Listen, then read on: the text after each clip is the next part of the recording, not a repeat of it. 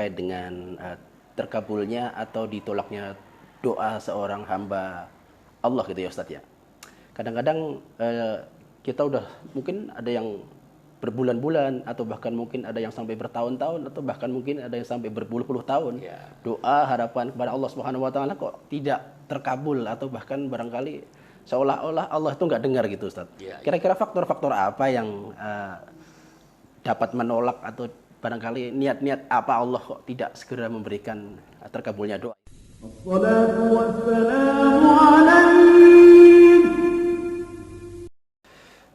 Bismillahirrahmanirrahim. Assalamualaikum warahmatullahi wabarakatuh. Waalaikumsalam.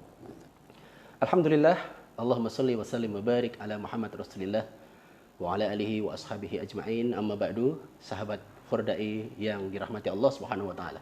Alhamdulillah di Ramadan 1442 Hijriah ini seperti tahun-tahun sebelumnya, alhamdulillah Forum Dakwah Industri atau Fordai Kabupaten Bekasi setiap menjelang atau petang menjelang hadirnya atau datangnya saat iftar atau berbuka puasa, Fordai mempersembahkan sebuah kultum atau kuliah 7 menit insya Allah yang menghadirkan para asatid di wilayah Kabupaten Bekasi dan sekitarnya.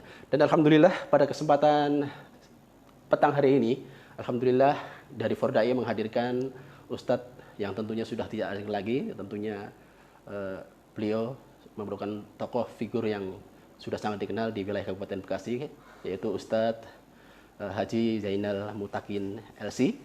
Dan insya Allah pada kesempatan petang hari ini akan menyampaikan materi membuka pintu langit, barangkali terkait dengan doa.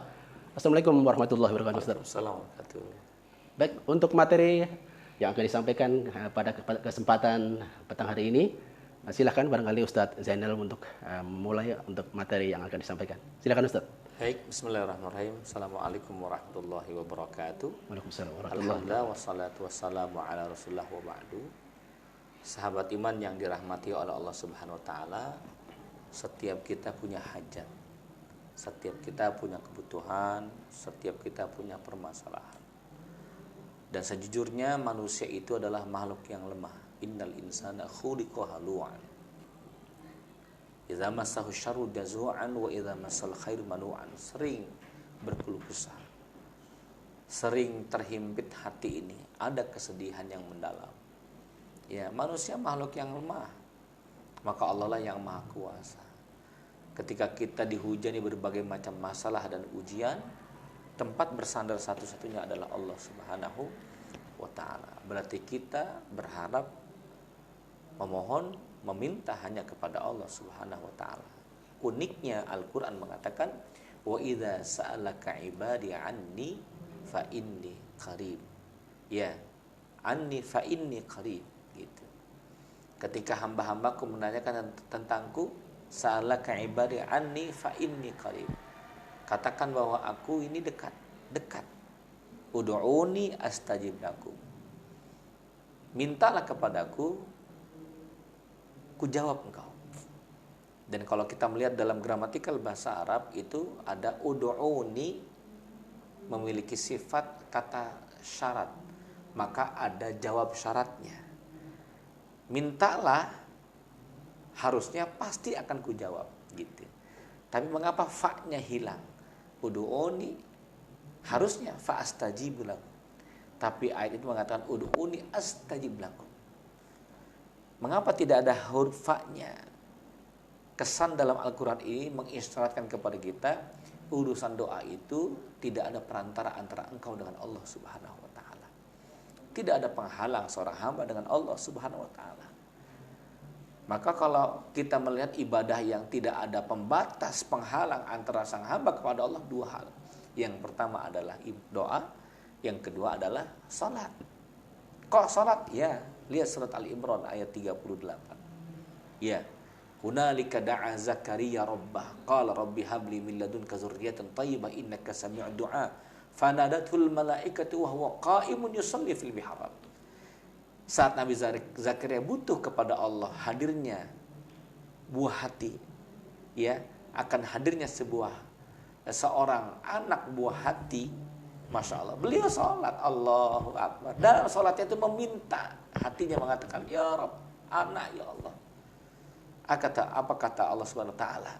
Ya, aku titipkan anak di rahim istri, namanya Yahya. Ini Masya Allah luar biasa. Berarti ada dua hal, sholat dengan doa.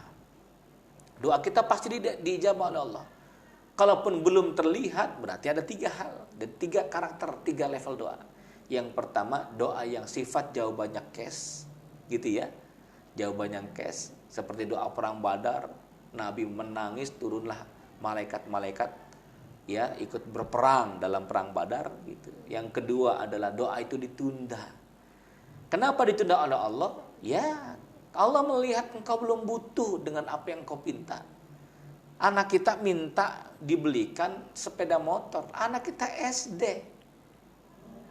Apakah ayah ibu akan membelikannya? Enggak, karena belum cukup umur. Bahayanya lebih banyak daripada manfaatnya. Kan begitu? Nah, ini Masya Allah. Mengapa doa kita belum diijabah oleh Allah? Kalau Allah ijabah, engkau lebih banyak sombongnya ketimbang tawadunya. Kalau Allah ijabah engkau kaya raya, engkau lebih banyak meninggalkan masjid dibandingkan aktif ke masjid. Gitu. Engkau lebih banyak, maaf, lebih banyak meninggalkan ketaatan kepada Allah dibandingkan taatnya, gitu. Dan yang ketiga, ada yang memang sengaja Allah tidak berikan di dunia, karena Allah hendak menjamu nanti di akhirat Allah Subhanahu wa Ta'ala. Itu jadi tidak ada yang tidak ada yang buruk dari doa. Karena itu ada dua hal yang hebat dari doa tersebut. Yang pertama, ad-du'a huwa talab, wa du'a huwa ibadah. Kata seorang alim dalam kitab Nazratun Na'im, disebutkan bahwa doa itu adalah meminta, dan doa itu yang kedua adalah ibadah. Kalau pinta kita belum terwujud, maka Anda masuk pada kategori ibadah. Kalau ibadah berarti berpahala. Artinya tidak ada yang sia-sia dalam doa, nggak ada yang sia-sia. Maka perbanyak doa. Kata seorang alim mengatakan, perbanyak doa, terus perbanyak doa. Kita nggak tahu doa yang mana yang Allah ijabah. Dan jangan berhenti engkau minta doa kepada siapapun orangnya, karena engkau tidak mengetahui dari siapa Allah mengijabah pinta dan doa tersebut. Begitu ya. Nah, itu Masya Allah. Jadi itulah kira-kira tentang masalah doa sepintas. Ya. Ustadz, mungkin ada satu pertanyaan terkait dengan terkabulnya atau ditolaknya doa seorang hamba Allah gitu ya Ustadz ya. Kadang-kadang kita udah mungkin ada yang berbulan-bulan, atau bahkan mungkin ada yang sampai bertahun-tahun, atau bahkan mungkin ada yang sampai berpuluh-puluh tahun. Doa harapan kepada Allah Subhanahu wa Ta'ala kok tidak terkabul, atau bahkan barangkali seolah-olah Allah itu nggak dengar gitu Ustaz. Kira-kira faktor-faktor apa yang dapat menolak, atau barangkali niat-niat apa Allah kok tidak segera memberikan terkabulnya doa itu Ustaz? Baik, subhanallah, jazakallahu khairan akhi. Jadi sahabat iman yang dirahmati oleh Allah Subhanahu wa Ta'ala, kalau kita punya gelas kosong, ingin dituangkan air masuk ke dalam gelas itu mudah kalau tidak ada penghalangnya, begitu ya. Tapi kalau cangkir yang kita punya ada penutupnya itu tutup gelas biasa yang terbuat dari mika, yang terbuat dari besi, ya sebanyak apapun air dimasukkan ke dalam cangkir tidak akan bisa masuk. Kenapa? Karena ada penghalangnya. Begitu ya. Artinya kita berdoa minta, menegakkan pinta kepada Allah sampai tangan pun menjulur sampai ke langit. Kalau ada penghalangnya nggak bisa gitu. Apa penghalangnya? Penghalang yang utama adalah asyirku billah, menyekutukan Allah Subhanahu wa Ta'ala. Kalau sudah menyekutukan Allah, maka penghalangnya besar. Yang kedua adalah tarkus salat, meninggalkan salat. Salat, al-ahdu bainana wa bainahu as-salat. Bainal kufri wal iman. Ya, jarak antara hambaku yang kafir dengan beriman adalah salatnya. Hati-hati itu. Ya. Dan berikutnya subhanallah adalah uququl walidain.